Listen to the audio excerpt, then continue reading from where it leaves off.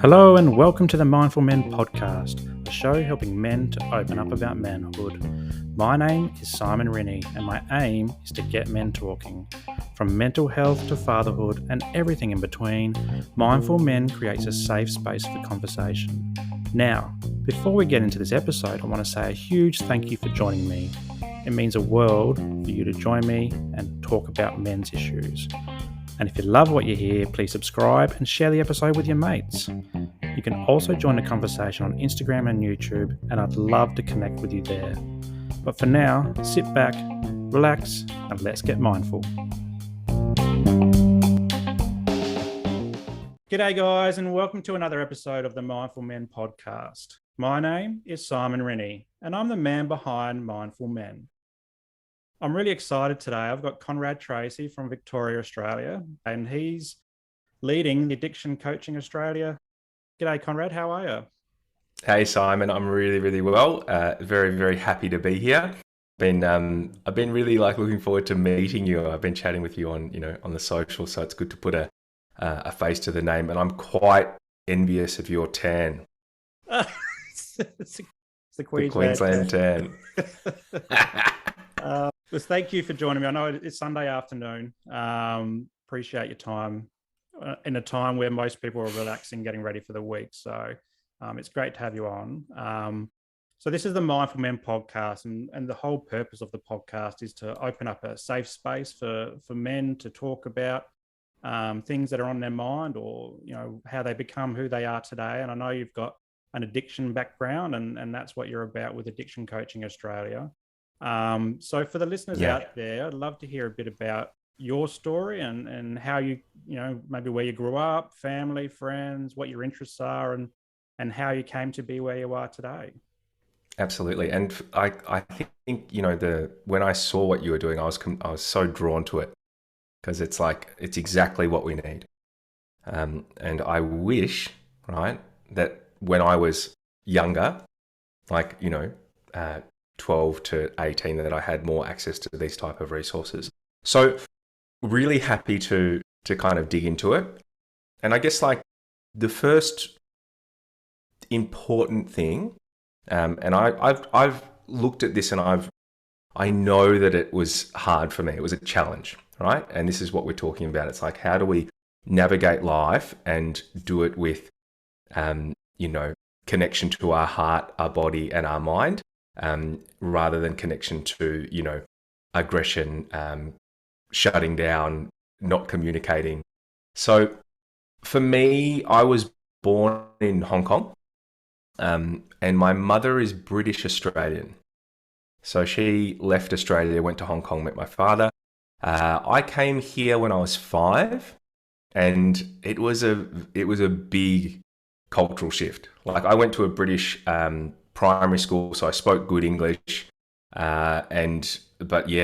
moving from Hong Kong to Bayswater, in the eastern suburbs of Melbourne, was a big cultural shift. I don't know what the Brisbane equivalent would be, or the Queensland equivalent, but yeah, it was very, very different. And that was the first point where I realized I was different. In Hong Kong, there was people from all over the world.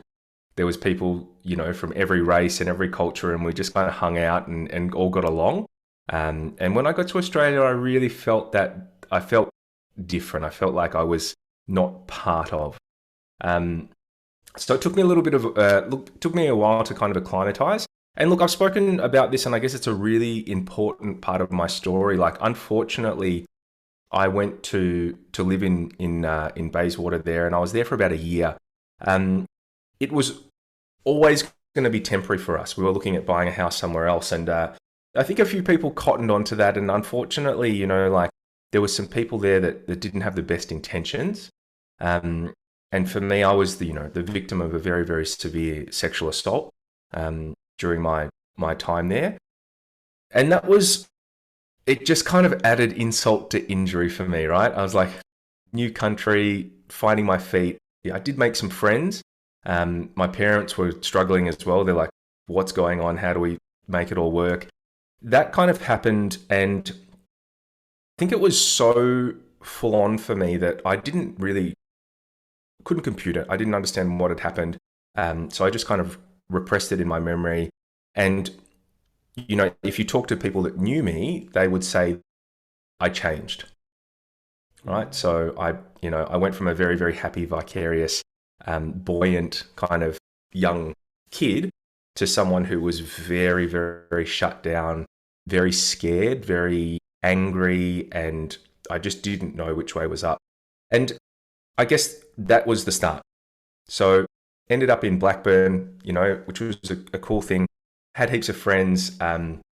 I was lucky. I've always been good at stuff. All right, like good at sport, pretty good at school, good at making friends. Like I was doing well in certain aspects of my life, right? But there was a side of me that kept on attaching to pain. There was a side of me that kept on attaching to fear and kept on attaching to danger.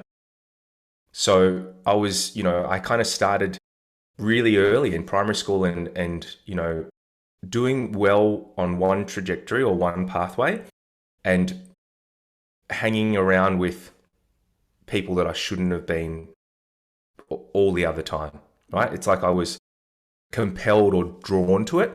And that continued. Like I did that all through primary school, all through high school.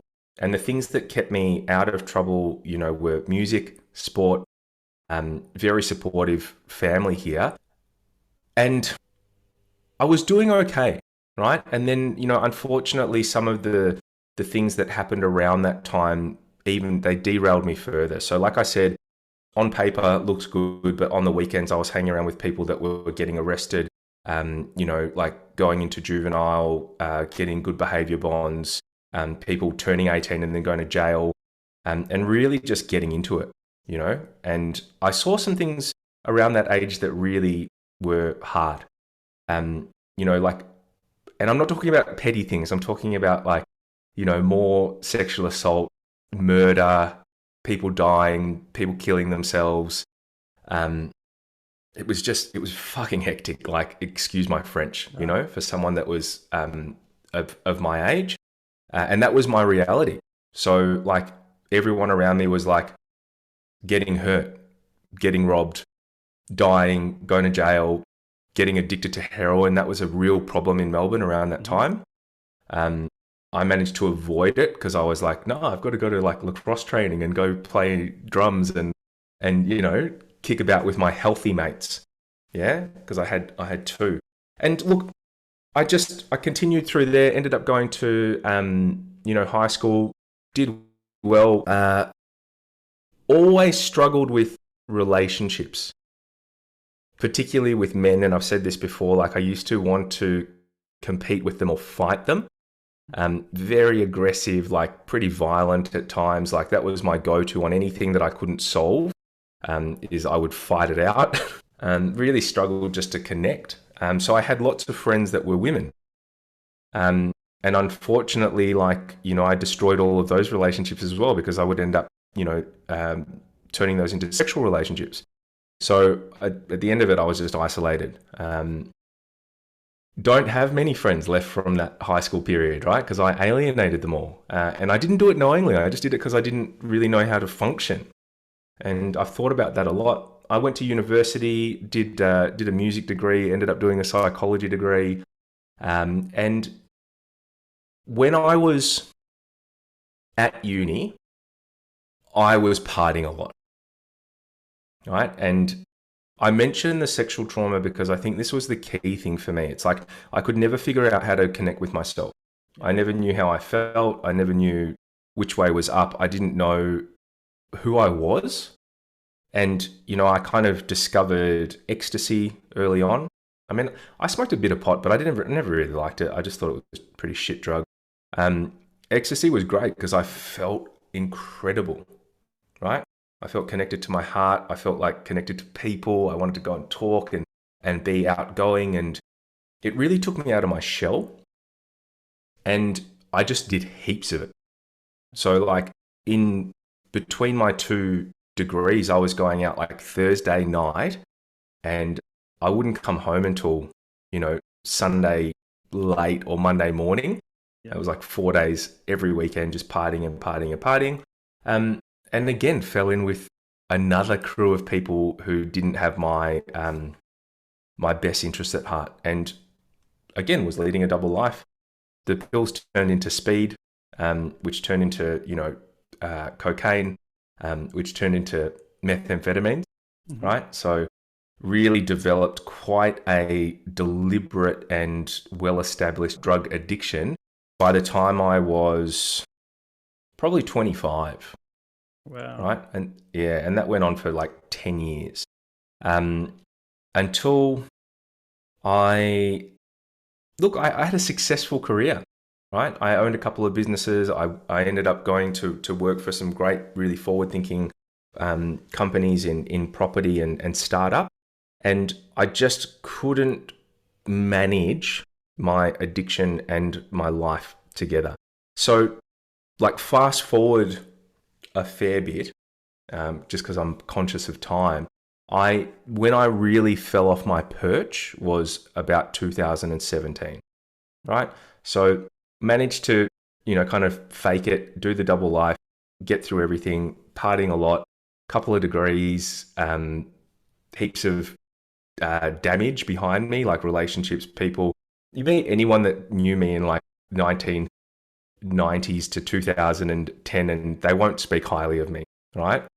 They'll be like, that guy's he's a jerk, belligerent, arrogant, bit of a cockhead, right? Yeah, yeah. And when I got to my worst, I was using around 2 to 3 grams of cocaine a day. I was smoking methamphetamines every single day, so I couldn't function without it. I'd get up and I'd just use. And I was still holding down a full-time job. And I ended up, behaving like a moron at work, offering drugs to people and just doing really stupid things that I shouldn't have done in a leadership position, and ended up, in rehab, and without a job. So basically that was the conditions, like, you need to wrap up here and you need to go get yourself some help, and we're going to help you to do that.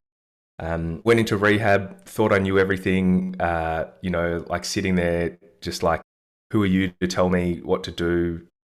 Why should I listen to you? Don't you know who I am? That type of attitude. I got into a really serious altercation with someone there, and one of the counselors realized that my anger, which was like a 15 out of 10, it was bigger than the argument, right? And I've said this recently on some social posts, like, that person was the first person that helped me to discover that I had gone through that sexual trauma, right, with hypnotherapy. And that was one of the greatest reliefs of my life, like realizing that, like I'd caused this massive trail of havoc. I'd hurt myself. I'd hurt people that love me. My brain was a bit fried, and I didn't know why I had done it. So, like, getting to the realization that I had been the victim of that, it gave me some clarity around the work that I needed to do to get better. At the time I went to rehab, like, my family were done, my girlfriend was done, work was done. Like, I was on my own, and it was the last opportunity I had. So I grasped it with both hands, and I gave it everything. Did the traditional stuff like NA, and I basically did what I was told. Worked through that recovery process, and decided to look. What I'll say is this: like, I always like to improve things, right? I like things to be better. And I was going through that recovery process, and I was like, this is cool. It's working. Like, I'm not using drugs. I'm reconnected to my family. I'm reconnected to my friends. I'm dealing with my sexual trauma. I'm doing all of this holistic stuff. Like, I'm happy, but it could be better. Mm-hmm. Yeah. So understanding that some of the fellowships around for, Alcoholics Anonymous and NA and all of that stuff, they were designed kind of in the 50s, right? And they're community based. There's not a lot of trained professionals in that realm. And look, like I said, it worked for me. It was really good. But then I was thinking, like, what about designing something different, right? Designing something that would be prevalent or useful for people in 2022. And the things that I looked for were like, I was like, what if I could build something for me? What would it look like? Right. So like, I was mindful of my privacy. I didn't want to leave work, although I kind of had to. I might have had a family at that point, and I wanted the best possible care. And I wanted really, really smart, up to date, current information. And I wanted it delivered in a way that I could access, right? So I wanted to be able to do it on my computer and on my phone and on the internet, basically. So I went about, I had managed to get myself re-employed. I was working in commercial property. It was okay. It was a job, and I just decided that there was something else for me to be doing. So I was working with a high performance coach, amazing guy called Stephen Scott Johnson, as part of my professional development at work. And I'm like, I really want to design this thing, and I want to help people because, like, I like the job I have now, but I don't really like the work. I just like helping people and getting them, helping to lift them up. And he said, well, why don't you design something? And I guess out of that, Addiction Coaching Australia was born, 2018, 2019. And it has been an incredible journey since then. So at the moment, I am, I guess, the director and founder of Addiction Coaching Australia. And I do other things, but I'm very, very picky about what I do. Yeah. Okay. So like Addiction Coaching Australia is the key focus. As part of that work, I do work with individuals and groups, which we can talk about later on. And I also work with some of Australia's best companies to help train them and teach them about substance misuse in the workplace and how to effectively deal with it. And I spend a couple of hours a week working for the person that helped me uncover my sexual trauma. Okay. And I'm very mindful of that, and I'm doing it because I love her and I love what she did for me. So she operates one of Melbourne's best private rehabs. So I go there on a Tuesday afternoon and I do a group coaching with the cohort there. Okay. So it's a nice mixture of things. Wow. Thank you so much for sharing that. It's a powerful story that is a lot of heartache and hurt and pain and suffering, but also growth in yourself and discovery and recovery as well. So it's got the down, but it's certainly got the up. And I really appreciate you sharing that for our audience as well. And during your story there, you mentioned like living this double life. And I'm from the mental health space and you're from the addiction space, which both interlock very regularly, go hand in hand. But growing up and what you experienced at 5 and then going through school, did your family, were they aware of this? Was this something you shut down and you kept this internally? Like, did you have any support around you regarding what happened when you were 5? No, and that's the thing. It's like, like being immigrants, and I think this was like prevalent with like all my mates as well. Like our parents, they were scrambling. Like my mum was working 15-hour days. My dad was doing the same. Like they were so focused on building a life here, that, we were kind of left to our own devices. And I had a bit of a social group that was like that. And like I said, I repressed my trauma. And one thing I will say about my folks is that they're kind of old fashioned, right? Doctors, like, you don't need them. There's nothing wrong with you. Just, that kind of old school thinking where, you don't need access to services. And like I said, it just manifested in the way I behaved. And I think my parents were completely bemused. They're like, he has what he needs. He's good at stuff. He's got friends. He's quite popular. He looks okay, but he's so fucked. And they just couldn't reconcile it. And I think what they put it down to was like acclimatization. They blamed it on my friends. So it was like the people that were influencing me. And you know, that was tough. And also I had really severe ADHD, Yeah. right? It was just, so it's been like, it was a really tough journey. And it's been remarkable the growth that I've seen, you know, since I did get better. So yeah, I think it was just like, they didn't know, I didn't know, we didn't have the resources, nothing like it, you know, didn't exist. Like the thought of sending your kid to a psychologist in, you know, 15 years ago was very, you know, I think Unheard that was of. only kind of Yeah. happening in like Beverly Hills and stuff, right? It wasn't happening in Box Hill. No, certainly not. And you also mentioned something like building when you're building addiction coaching Australia, or building Yeah. something for you or with that you could have had and or used way back when.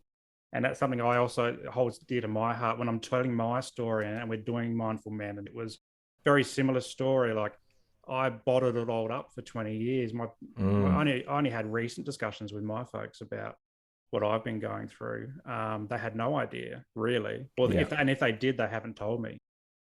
So everything I'm designing, whether it's a podcast, it's an Instagram post, whether it's a business that I'm developing on the side, it's trying to target the younger me and the help that I wished I had back then, and now I'm trying to be that person who could help that younger me as well. So tell us a bit more about Addiction Coaching Australia and what was the thing that how did it start? How did it evolve? You know, and how has it grown since? I think it was at 2018 that you started. Yeah.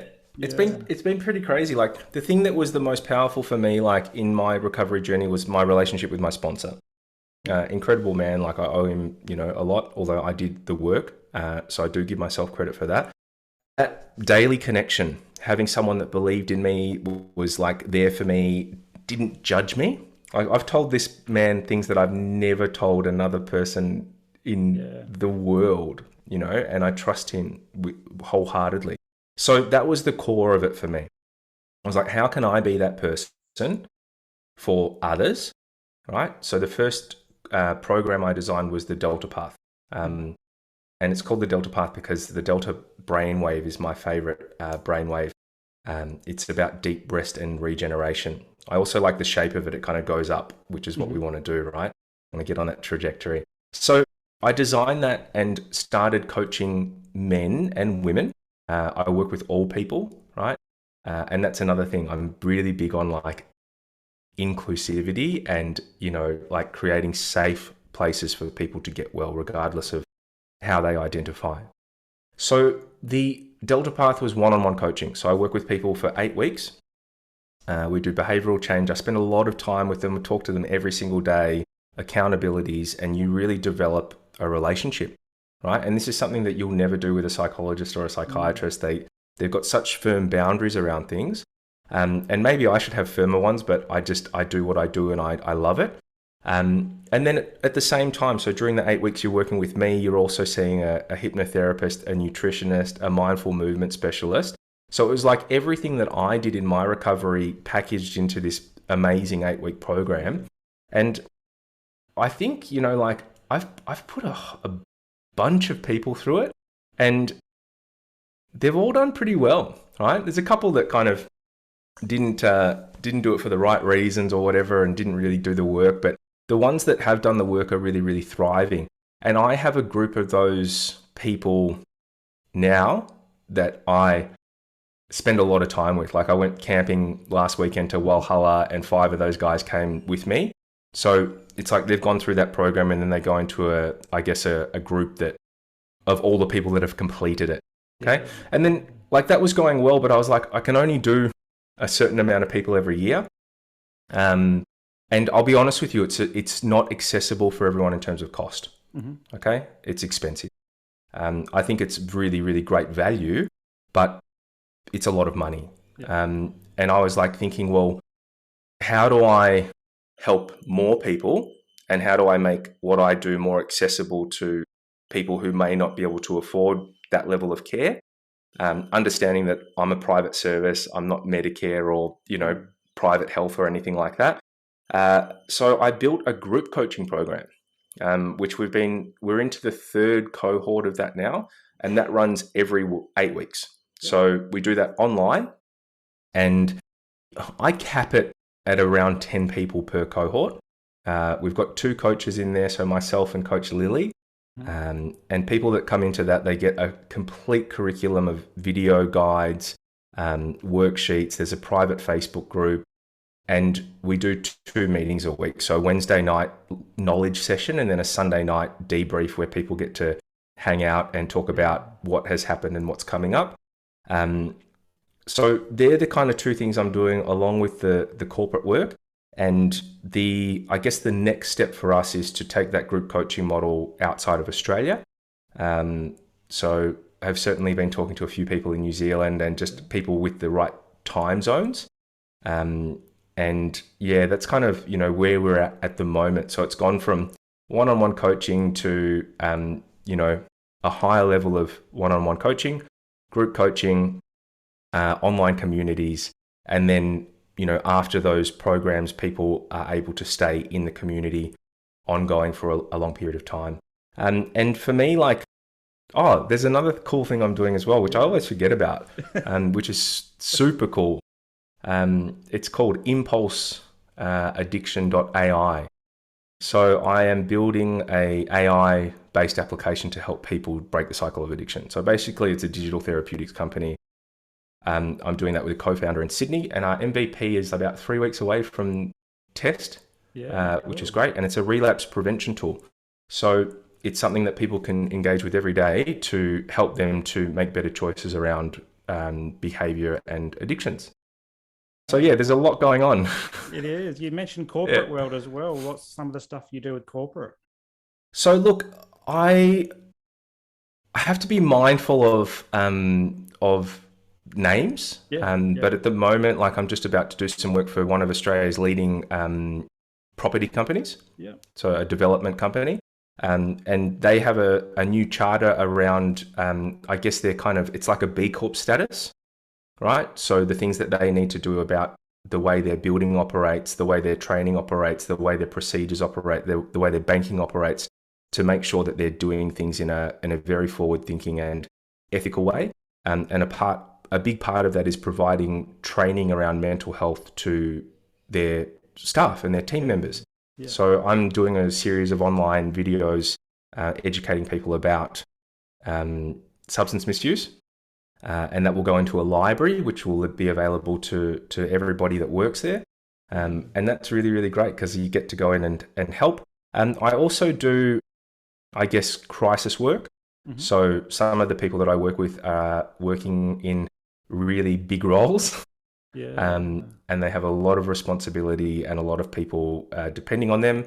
So sometimes, when things happen, I go in and mediate. And I work out a solution for the employer and the employee to make sure that everybody does the right thing, the person gets the support, the company manages it in the best possible way, for the best possible outcome for me and that for everyone. And for me, that's the person returning to work. Okay, not getting thrown out or fired or demoted. It's like, let's create time, let's create space, let's build a plan, and let's get them back. Wow, such great work. Such a broad areas you're working in and doing lots of stuff. What really I liked about all the things you are is that sense of community and inclusiveness, and not just having a program that finishes and then the participants are left to their own devices. You're forward thinking with the camping trip. You're forward thinking with the app that you're looking at as well, and it's keeping them together and keeping them supported, and even into the workplace with developing procedures and stuff, which is the most boring thing to do in the world if anyone's ever done it. I've done a bit of it myself in my line of work, and I've seen a bit of it as well. But yeah, putting you behind that and creating that holistic approach, whether someone's in the corporate world, if they're on the streets, if they're in some of the industries that you've worked in, is just fantastic. And thank you for putting it together as, drawing on your own experience to create this amazing, business that supports people. It just must be really fulfilling for you. Would you say that? It is. It's so fulfilling. I'm a big, one of the things I really love is life by design. And I think that when I came through that recovery process of being I was at complete rock bottom, it's not even a question. I was definitely there. Yeah. I was hundreds of thousands of dollars in debt, psychosis, poor physical health, broken relationships. And what I realized is that when you're really well, like really, really well, and you're really connected and you're really being honest, you go on this trajectory and you get back up to kind of parity where society functions. Yeah. And you can get back up there, and then, you're not being judged and you don't feel like, so sad anymore. What happens with people who really embrace recovery, and I've seen this a lot, is that they break through that glass barrier, and they do incredible things, right? Because I wasted a lot of time, right? So I'm very driven, I'm very motivated, I'm very goal focused, and I want to do massive things. I'm not interested in doing small things. I want big impact. And for me, my greatest wish was that I could have rolled it all out on day one. All right. But I started where I started, and the digital aspect of what we're doing now, the only barrier to entry for that is a smartphone, right? The app at its basic level will be free, right? And obviously I have, a freemium model, or we have a freemium model, and, a full suite of digital therapeutics that we want to build into it, but anyone can use it, right? And then the next tier is like group coaching, which is much more affordable and accessible, really high level learning, great community, heaps of privacy still. And then there's the next bit. And the beautiful thing about it is that the next bit is not as much as it costs to go to like a private rehab. I love the one where I work because I think it's fair, but you've got people like charging like 40, 50, 60, $90,000 a month, right? For inpatient rehabilitation. Like, do they have like 10 gurus working there? Like, does God work there with all the answers? Like, it doesn't matter how fancy it is. Like, there's got to be a cap to what it costs them to operate it and run it, right? So I think there's a lot of greed in that industry. I'll call it out. I'm cool to call it out. There are some people doing it really well. And then at the bottom end of the scale, it's a shitstorm. Like, there's 2-year waiting lists for rehabs. Like, people are dying and suffering, incredibly hard or incredible hardship and mental health, right? So I'm trying to fill a gap, and I'm trying to do it all on my own. Like, I don't take funding. I don't have, and you know why? Because I don't have the time. Like, I'm sure I could have got 1,000,000 grants, but I'm just like, I'm not doing it. I just want to keep on moving forward. And I built revenue, right? I reinvested. I built revenue. I reinvest. Impulse is completely self-funded. And like, I'm not going to sit here and tell you how much it costs to build an internet or an iPhone application, but it's a lot of money. Can imagine. Yeah, and it's like, that's my money, and that's my co-founder's money, and we've put it back into helping people, and that's what we do. And like, it has just been so rewarding. Like, the things that I get to do and see and connect with in my life, it just, you wouldn't believe it. Like, watching people regain their life and realize that, the sky is really the limit is one of the best feelings in the world. And I do it every day. I also deal with incredible, pain and loss and suffering. And, for me, like, I've had to ramp up my personal well-being, like about 100. I only really work like 3 or 4 days a week. And the rest of the time is like for me to look after myself and the people around me, You touch on self-care there, and you've done a psychology background. Just finished my master's of social work last year, and I'm assuming in psychology it's the same, where it's all about separating yourself from the person in front of you, separating your story from theirs, not divulging too much about you in trying to help them, because it's not about you and it's about them. But I've seen plenty of psychologists in my time, and the ones that I connect with, and I've worked with clients as well in my social work stuff, in the mental health space, is that the ones where I say, you know what, I've experienced anxiety, I've experienced depression, I've got obsessive compulsive disorder.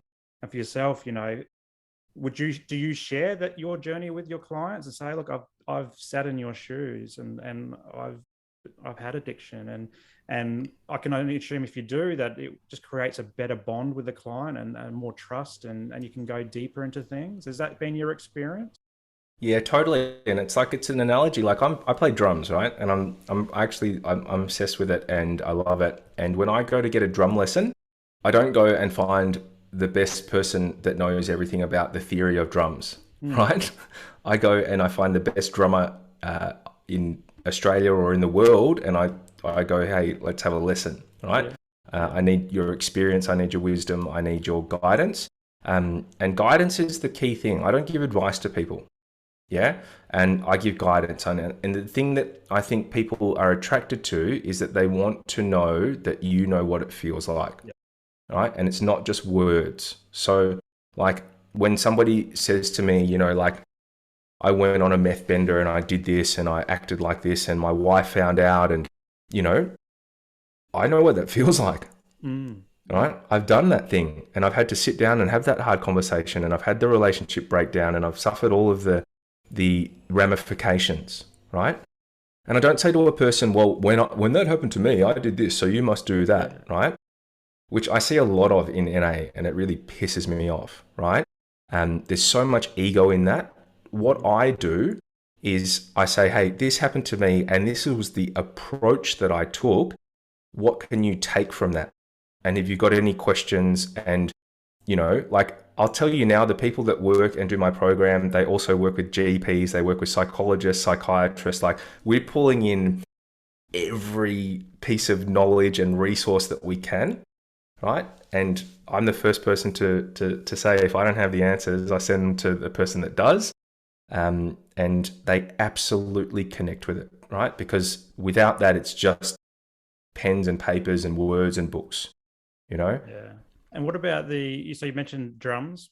So you hear a lot of these stories and obviously people in the helping professions, psychology, social workers, psychiatry, et cetera, sometimes we forget our own self-care, even though we talk about it a lot. But you do the drums. What else do you do for self-care? What does self-care look like in a week for you?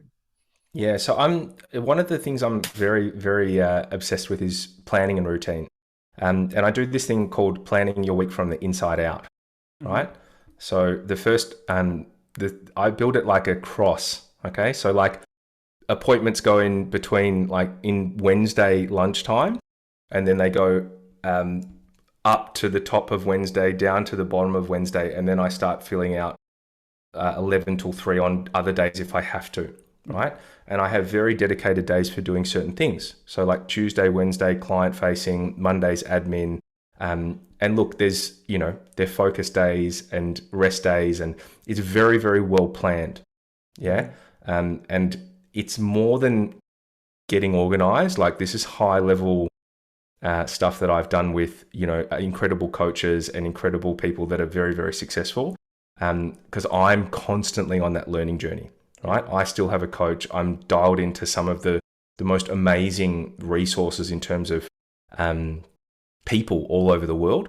And one of the key things I do, I'm pretty religious about this, and not in a religious way. I get up early, right, and like 5:30 till 7:30 every day. That's my time, right? Anybody that follows me on Instagram will go, "Yep, that's Conrad's time," right?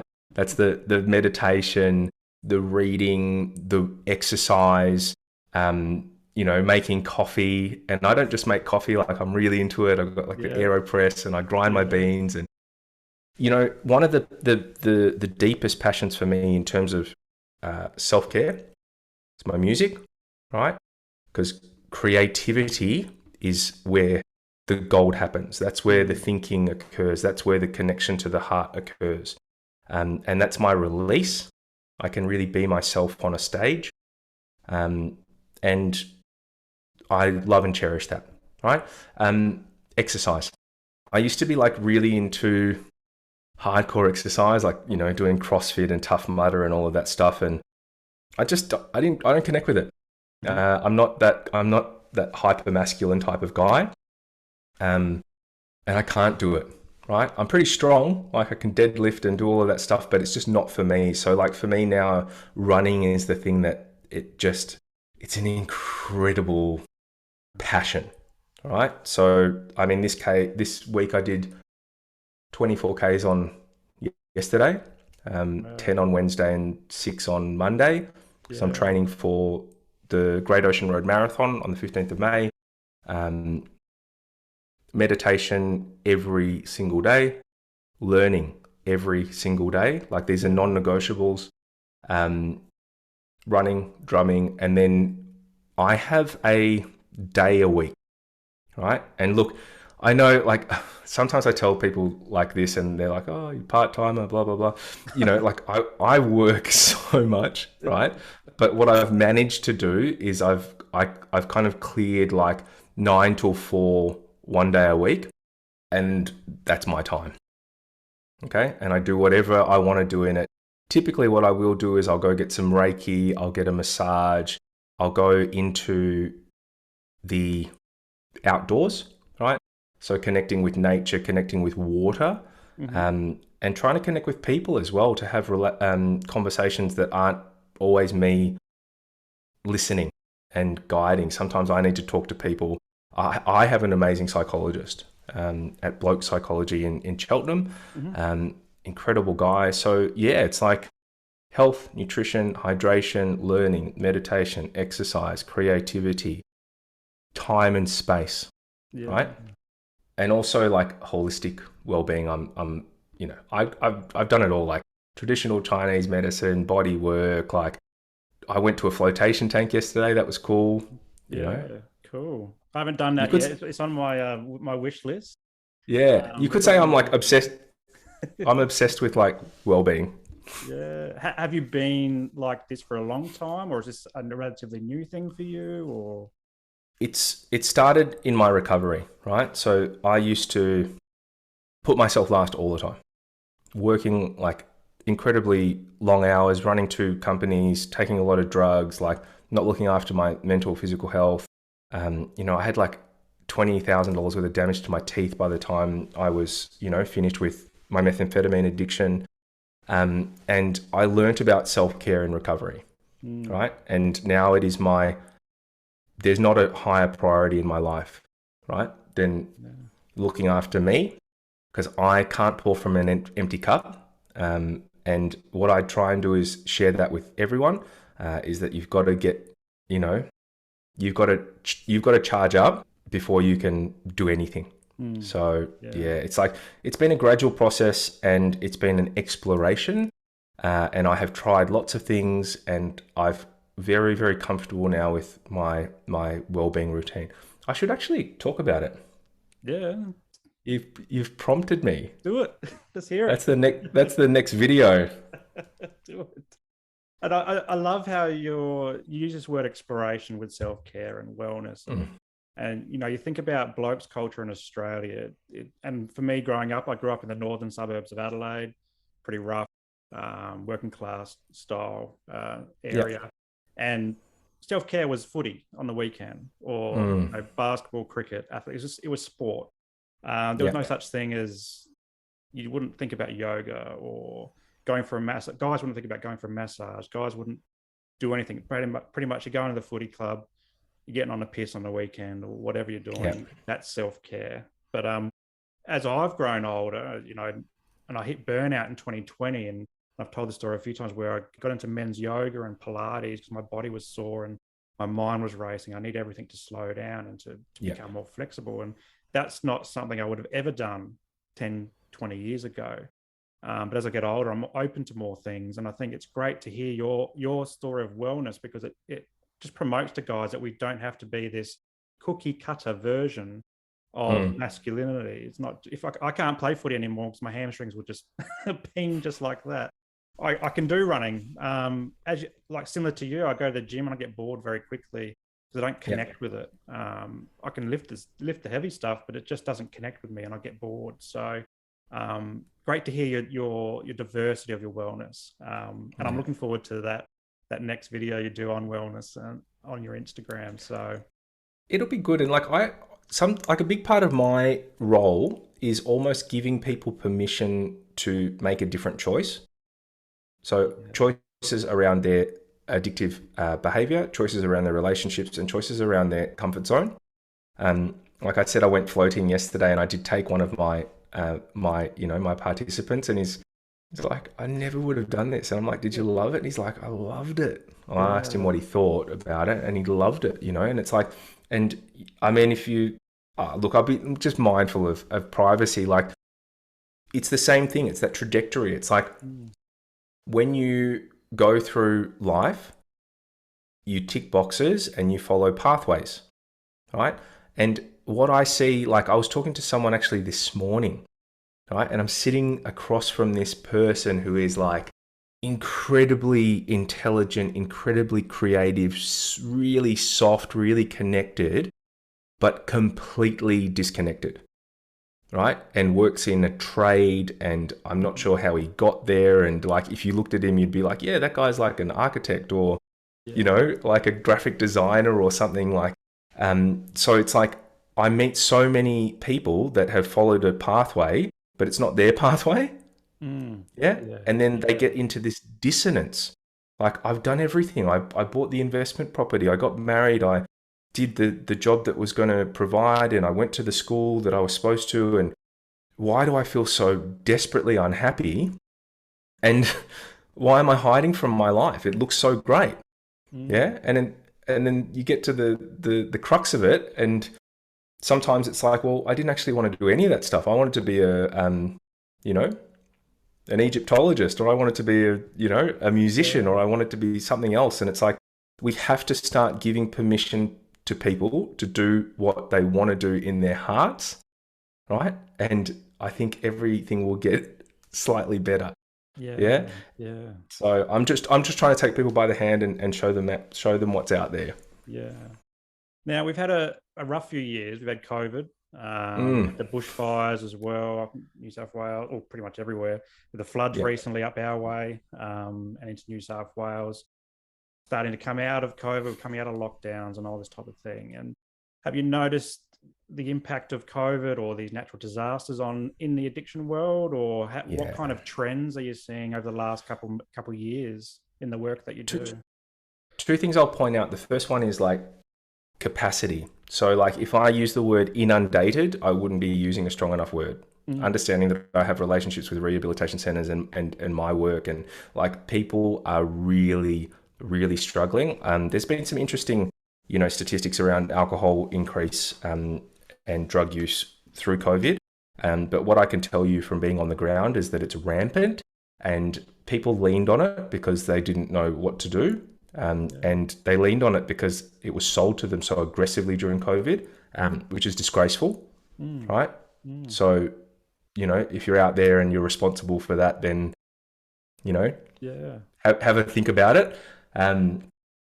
We all saw it. It was like, door-to-door delivery, like, and it has affected people's lives so much. And what has gone from like weekend drinking has gone to weekly drinking, which has gone to drugs. Like, I have worked with people recently that would never, ever, ever, ever have established a chronic addiction if it weren't for that scenario. Right? And then the second thing that I want to talk about is the attachment to identity, right?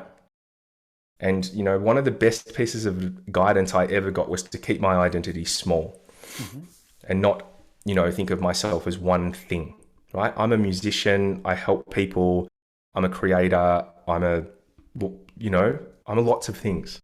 So for the people that were just one thing and they bet everything on it, and their whole life revolved around this persona and this identity, and then suddenly COVID came and just went, right?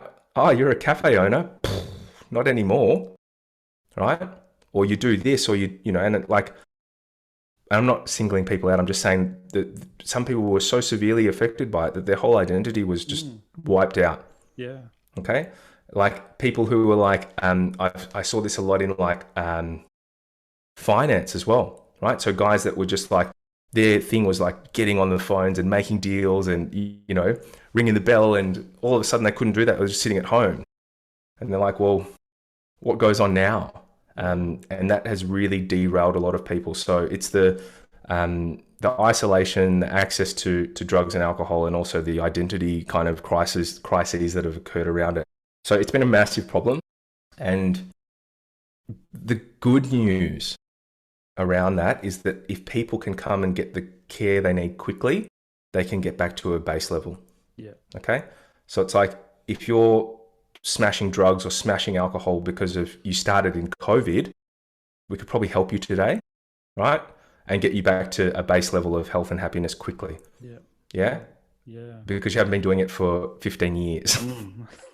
Yeah, that's right. But yeah, it rocks people and it happens really, really quickly. So it's been a very, very challenging period. Yeah. Wow. Like, yeah, I didn't even think like that identity concept. Massive. I remember seeing like the news, and it was either news about no toilet paper, or it was news about people lining up at the grog shop, basically. Yeah. And that's the images that we portrayed out into the world. And but this sense of identity, it's a really powerful message you've got there, mate. Yeah, and all of that media stuff gave people permission to drink themselves to a stupor, right? It's like when they started doing the toilet paper stuff, everyone started going out and trying to buy toilet paper. Like, it doesn't make any sense. No, it didn't make any sense. You know what? I want to go back to that previous question you asked me. You know what the best thing I've ever done for my health, happiness, and well-being is? Right? I have not owned a television for the last 10 years. Really? Wow. I don't have one. And it's the first thing, people come into my apartment and they're like, where's the television? I'm like, I don't have a fucking television. Wow. Like, I'm not turning that on. I'm not listening to it. I'm not buying into the fear. I'm not buying into any of it. Okay? Yeah. Like, I'm really selective about what comes into my ears and my brain. And yeah. I remember going in the first year of COVID, my wife and I would watch the daily news updates, and after a while it just got so much and so depressing that we just turned it off. And I mean, now these days with the kids, it's pretty much just kid shows all the time, but I don't even bother watching the news anymore. I just can't digest it anymore. I just need. Look, I'm not saying that's for everyone. I live a bit like a bit of a monk lifestyle, right? But like, if you know what you can do, and I encourage people to do this when I talk about developing habits that stick, is to work on distractions, you know, and one of the key things is television. So just like taking a blanket and putting it over the television, right? Taking the chocolate that's inside and putting it at the back of the cupboard, like just getting things out of your mind and out of view is good. So I'm still working on the social media thing. I have to get off my phone a bit more. I'm not perfect. It's addictive in itself. Yeah. You know, I'm the same. Like I probably spend too much time on it.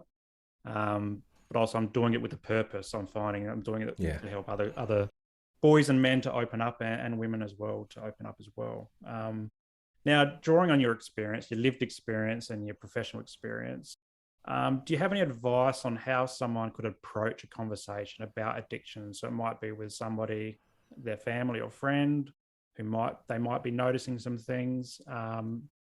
Is there any advice that you could provide to someone who might be wanting to reach out and help them, but not sure how? Yeah, I think like it varies, right? And I think that like sometimes taking a direct approach is good. And I think the other thing that is really helpful as well, if you're not prepared to have a direct conversation, or if the person is sensitive, is to engage them with what they're not doing, right? So you might, and this is not in a judgmental way, like, oh, I thought you were going to like, you know, play A grade footy this year and you're sitting on your ass, you know? That's not the way that the conversation should go, right? But it might be like, you know, talking about the aspiration. Hey, I bumped into, you know, so-and-so down the shops and he's playing A grade. He seems pretty happy. Like, is that something that you're still looking to connect with? And the person might go, oh yeah, I really did want to do that. And then it's another thing, right? That might be like, oh, we kind of like, you know, it might be a holiday, or it might be a plan, right? And if you can start painting a picture about the things that the person is not engaged with anymore, and then go in and say, what's the thing? What's the thing that's stopping you from doing all of this? Right? And they'll either get really defensive and go, fuck off, nothing, right? Or they'll go, oh, you know what? It's probably X. Yeah? And if they're at that point where they're prepared to go, yes, it's affecting my life, my finances, my relationships, my happiness, my mental health, then you've got them in a perfect spot to get them the help that they need. Right? And before that, it's hard. And after that, it's too late. So timing is everything. And people will let you know that they're receptive because they'll either isolate to the point where you have to go get them, or they'll start poking their head out and going, hey, I'm really fucked and I need help, but I can't admit it. You know? And that's why that "are you okay" question is a great one. But yeah, I really think it's about painting the picture of what their potential is, talking about where they are now and figuring out what the gap is, like what's the thing that's stopping you. Yeah. And would that be the same kind of message to someone who might be listening now, who's got the phone next to them, ready to dial the number to Addiction Coaching Australia or another provider? Would that be the same message? Like trying to get them over the line to actually dial the number, what would you say to them? Totally. Like it's the key thing that I always ask, right? It's like the checklist, right? Are you mentally and physically well? No. Do you have money in the bank?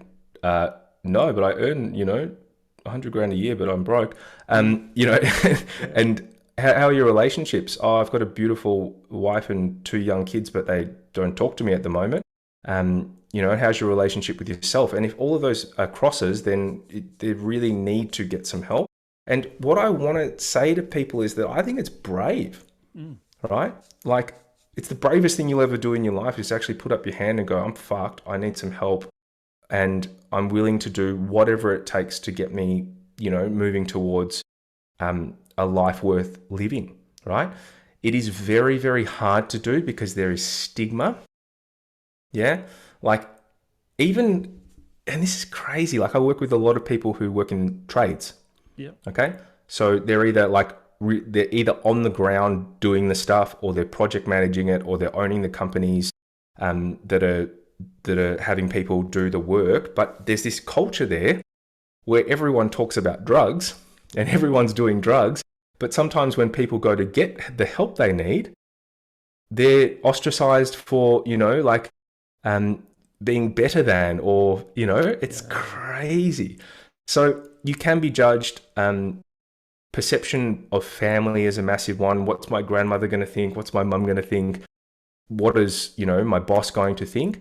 And that's part of the work I do now. It's like when I talk to people who are employers, right? I'm like, you better be prepared because you're going to have lots of these conversations, and the way you react to them is going to say a lot about you as a leader. Yeah. Okay. Right. Because like drug addicts or people with substance misuse issues, they're people like me. They're people like you. They're people like, it's not that thing where you walk past someone and they're, sleeping on a park bench. Like it's everyone. And it is so prevalent. And we're not at the point yet where people feel comfortable talking about it. So what I would say is find a trusted friend, practice on them, right? And this is the trajectory I see a lot of. So it's like a person might talk to his girlfriend, or a person might talk to their friend, and then that person gets in touch with me. Yeah. And also like through social media, like some of the best participants that I've worked with, some of the most dedicated people are the people that have seen something and sent me a DM, right? And then 2 days later, I'm on a call with them, and then the next day we're getting the work done, Yeah, wonderful. They're kind of action orientated, and they don't have to tell anyone except me. Yeah. So like working with me, there's no public record, there's no, like going out and telling the world. You can just come and get it done, right? And I value people's privacy and work with the highest level of ethical standards that I know how, because I just want you to get back to yourself and to your family and to your happiness. Yeah, yeah. Now you mentioned social, so appreciate Sunday afternoon. I'm about to let you go, but this is your time now to plug whatever you want. We follow each other on Instagram, and this is where we've connected. And I love seeing your journey on Instagram as well. But yeah, feel free to let us know where we can find you on Instagram, on the internet, or something you're reading at the moment, something you're watching. Oh, you're not watching TV, obviously. Sorry. Yeah, no, I've got some great ones. So I'll start with a bit of value, right? And I guess like I'm reading a great book called The Alter Ego Effect, by Todd. Someone just look it up on Amazon. Incredible book about peak performance, which I really love. If you want to, get started on like reconnecting to simple things that will get you aligned with values and actually showing up as a human being, and you're into sports, I love Legacy by Frank Kerr. This guy followed the New Zealand rugby team around for like 4 years, and has linked their performance back to like 7 core values, right? Simple things like cleaning up after yourself, and incredible book. I love Atomic Habits by James Clear. I love The Compound Effect, which is kind of an offshoot of that. I can't remember who wrote it. I read a fantastic book on ADHD recently called ADHD 2.0. So anyone who's going through that or wanting to learn about it, that's very concise and very, very good. My favorite meditation resources is it's called Insight Timer, free app on the App Store. I've been into the tapping solution, right? Which is like meridian tapping points for anxiety and stress. Very, very good. What else am I kind of tapped into at the moment? Huberman Labs podcast, I really like. Yeah. He's smart, right? And he has amazing guests. And look, it's a little bit heavy, but there's so much shit on the internet, like just people kind of fronting up and like buying lights and going, listen to me because I'm the loudest, right? And what I'm trying to connect with is like people who are actually the smartest, and have the most to share. In terms of my socials, like I've got heaps of stuff, and at the moment, I'm in the process of consolidating it all. Okay, so like I guess the true source of like connecting with me and what I'm doing and what's on my mind is at Conrad M Tracey on Instagram. I have a website, but like it needs updating, and it's just like this thing that I'm going to do later. And that's where I show up there every day. So if you want to jump on there, you can. I'm also on Facebook, but I have found that the people that I connect with and help with the most on Insta. In terms of what's going on, so like my private practice at the moment, like Delta Path, I actually have, there's a fair waiting list for people to work with me one-on-one. So that's kind of like into probably like July this year, which is good for me, I guess, and good for the people that like realize the value in it and kind of got engaged with it. The group coaching program, we've got another one starting in 4 weeks. And that is excellent, right? So anybody who wants to dip their toe in, can't go to rehab, is having issues, like this is a really, really accessible way to get help. Everything in there is quick, punchy, small bits of learning. It's not like you have to go in and do a PhD, right? Like 30-minute videos, great community. And that's a really simple process. Like in my link tree or whatever it is, the bio thing, you can read about that program. You can book a free discovery session with me. But what I would say is this: if you book one, show up. And if you don't show up, I'm not going to talk to you again, right? Unless you let me know why you didn't come and give me a valid excuse, right? Yeah. It really pisses me off when people don't come. And it's not because of my ego. It's because I could be talking to someone who actually really needs help. Right. So I'm trying to keep that free. And when people show up, it's easier. So group coaching program starts in 4 weeks, really accessible, very, very affordable, incredible community. And if you just want to start tapping into like learning about this stuff, figuring it out, trying to get a gauge for where you're at, then the Instagram is really good. I do my best to be as generous as possible with learning information and resources. So there's heaps of free stuff there. Wonderful. Well, Conrad, appreciate your time this Arvo. I've learned a lot, but I've also really enjoyed our conversation. So thank you so much for taking some time out of your Sunday afternoon. I really do appreciate it. Mate, it's my pleasure. I hope that it helps. I can't wait to meet you in person. I've actually got some family up there, so I'm going to come and Awesome. say hello. And there's a couple of other people in Brisbane that I've met online and Queensland that I've got to connect with. So we'll meet each other in person, and good luck with everything that you're doing. I think it's fantastic. Cheers. Thank you so much. Wonderful. Awesome. See you, mate. See ya.